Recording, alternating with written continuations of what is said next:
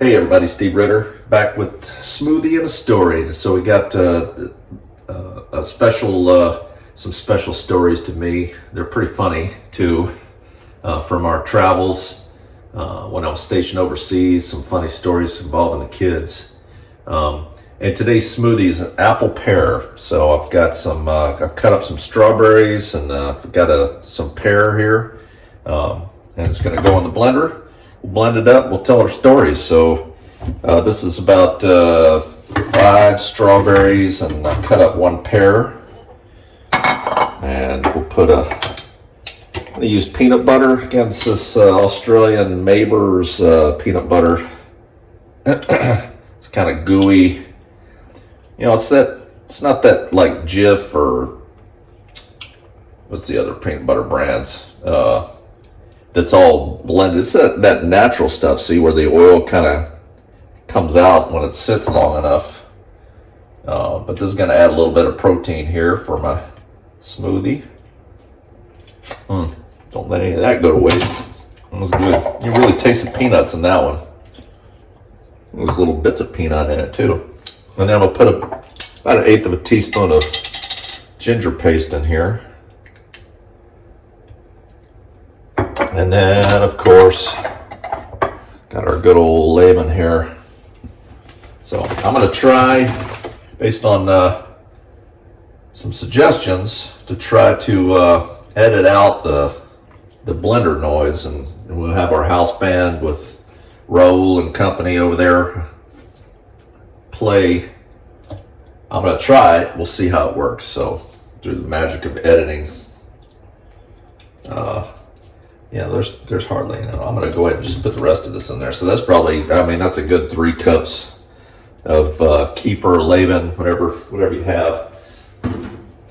All right, let's fire this up and get to our stories. So here we go. Gonna fire it up here as soon as I turn on the switch. Okay, here we go.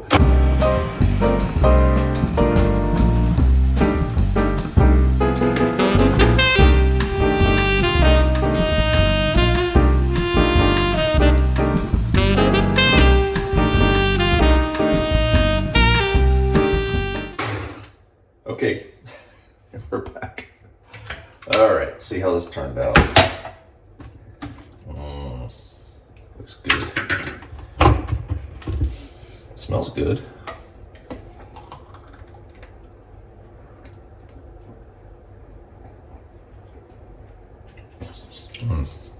That tastes good. That's a good combo. Strawberries and pear.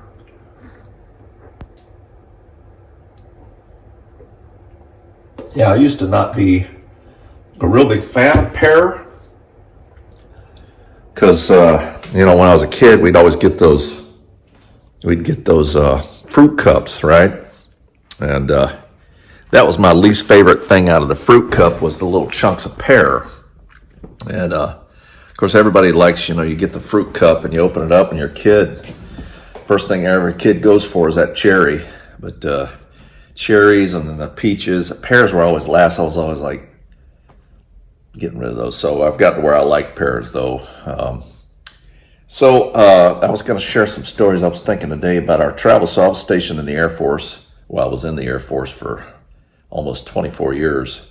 And I was stationed over in Germany twice, which was real nice. I was on the headquarters staff twice. And so we got to do a lot of traveling. We were over there with kids. Of course, our whole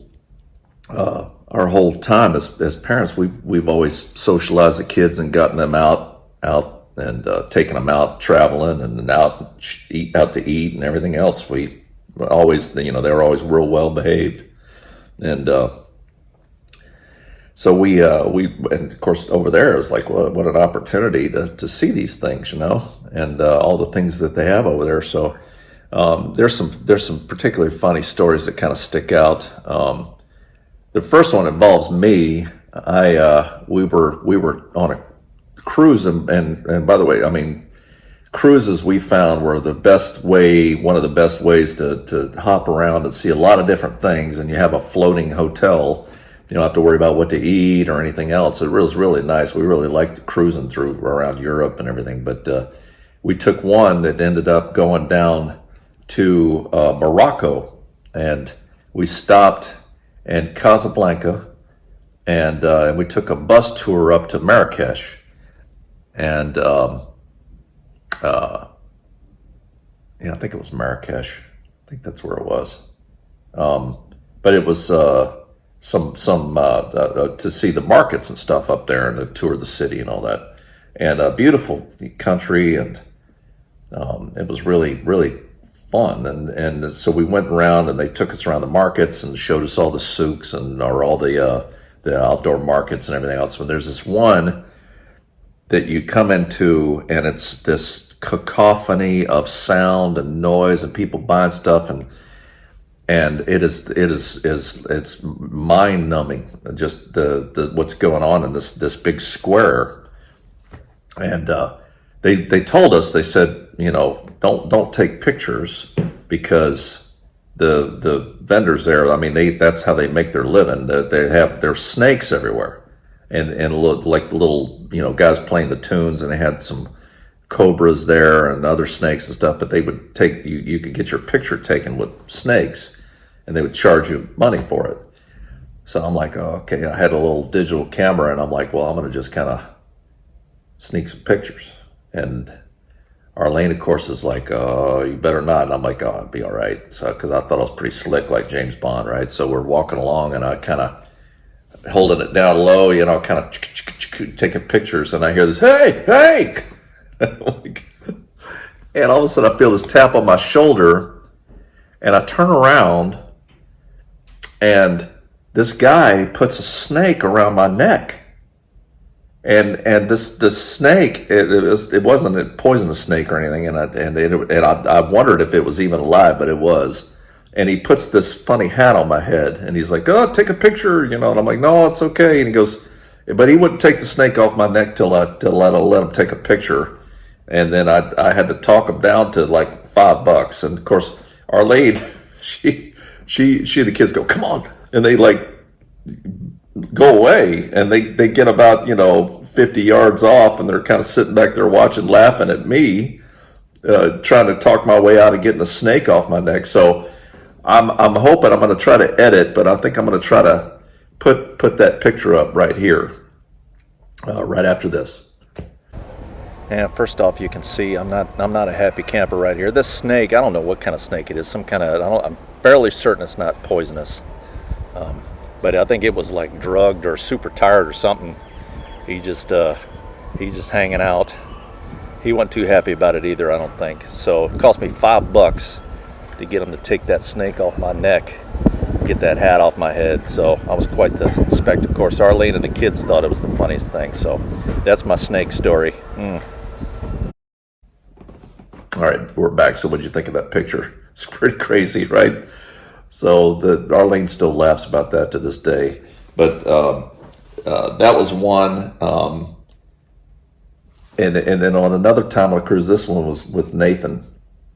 We went to the Canary Islands. That was on that same trip. We stopped at the Canary Islands, and we stopped, and they said, "Well, it's nice." Of course, we had been up in Germany, and it was like November or something like that, so it was nice down there. It was sunny, it was warm. And a lot of Europeans would go to the Canary Islands for the weather, and especially when it's cold and nasty. So we're like, well, let's go to the beach, because there's really, we were looking at what they had to offer and some of the tours and sites, and we're like, well, how about the beach? So we decided to go to the beach. So they bust us over there, and they said, okay, we'll come back and pick you up in 4 hours or whatever it was. Well, the beaches in Europe and there in the Canary Islands, they're topless beaches. And so there we are with the kids, and we're going, well, how much could there be? A lot. But funny thing is, we're coming up to the beach, and there was kind of there was kind of a wall, and so we kind of down lower, and you kind of come up, and you take these stairs up to the top, and you kind of come over and you go down onto the beach, as I recall. And so we're coming up the stairs, and Nathan was leading the way. He was a senior in high school, and we come upstairs, and right at the top of the stairs, it was like perfect timing. This woman's coming off the beach, probably middle-aged, and a larger woman, and no top on, just bare, everything God gave her. Not nude, but she was topless, and Nathan just locked up. I mean, he's like, oh, he's trying not to look, and he just completely locks up. We laughed and laughed later. Nathan, boy, he just didn't know what to do. He'd never seen anything like that. That was hilarious. But, and then we got, let's see, there was another time we were able to take, this was the first time I was over there, and it was the very end of our assignment, and for the first time. So this was 2007, and Arlene's sister and her husband were over in Italy, and stationed there. He was flying F-16s there, and so I would just gone back to Altus to get requalified at the C-17. So I'm finished with that, and we were gonna come back, and we wanted to go on another cruise, and we found this great cruise going out of Italy and went down to Egypt, and it was some great stops. So we're like, whoa, what an opportunity! So we had our family and my sister-in-law's family all went down to cruise down to Egypt, and of course that was Arlene and the kids' first cruise. I had done cruise before, but that was their first cruise. So this was, and it like set the bar for all the other cruises just about. But we had such a good time down there. But in Egypt, we got a tour, guy. We got to see the pyramids and all that. It was great, camel rides and everything else. But the funny thing is Bella was, she was 5, and she had a little, it's one of those, it's kind of like the Flat Stanley that travels all over the world. Whatever the kids, it was great. And the DOD schools, Department of Defense schools over there, they really encouraged travel. And it was not their funding wasn't tied to student attendance or anything else. So they encouraged travel, and especially the younger kids. And they're like, hey, we realize that you're going to learn a whole lot with all the traveling you do. So it was not a problem at all getting kids out of school. But I really liked that. She had a little school mascot, a little stuffed lion, and that was the mascot of the school. And it was kind of like, okay, well, take this lion, and his name was Rory. Just laugh every time. Rory. The boys got the biggest kick out of that thing. They thought that was funny. But we have all of these pictures of us and Bella holding Rory in the front all over Egypt, and everywhere we traveled, there's Rory, her holding Rory. And we just laugh about that today. Here comes Rory. but it was cool because, of course, in Egypt, I mean, everybody's, different complexion, darker complexion. And then like the vast majority, Egyptians have dark hair. And Bella, of course, has got this beautiful blonde hair of hers and her green eyes. So we would walk along, and we were coming out of somewhere, and Bella turns around and goes, "Daddy, they just touched my hair." And I mean, they couldn't get enough of it. I mean, people would come up and want to touch her hair. I just thought that was the funniest thing. And Bella was like, "Well, I'm getting a lot of attention over here. It's just this little blonde hair girl." So that was a lot of fun. And then one time with Will, we were traveling, we went to Paris. And this was the first time. So the kids were a lot younger. Bella was just a little thing. We had a stroller. We'd taken, it was like a weekend trip. It was like a 4-day weekend. And we packed up our Suburban we had at the time and drove over to Paris and got a hotel and take the train in the city and all that. So we'd stayed outside the city and then took the train in, and we'd walk around and see the Arc de Triomphe and the Eiffel Tower and all that. And then we'd take the train back to the hotel and eat and go sleep. And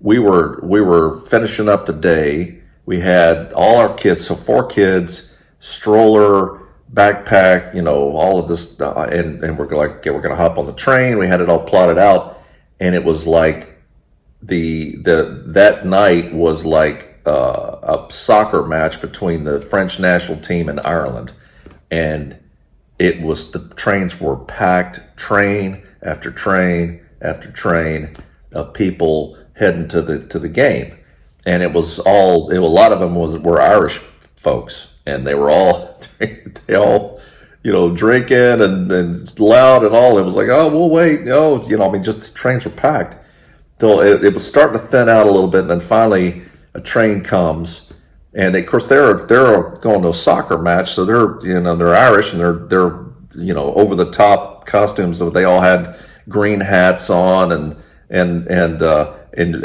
orange wigs and all of this dressed in like, they look like leprechauns, and a lot of them.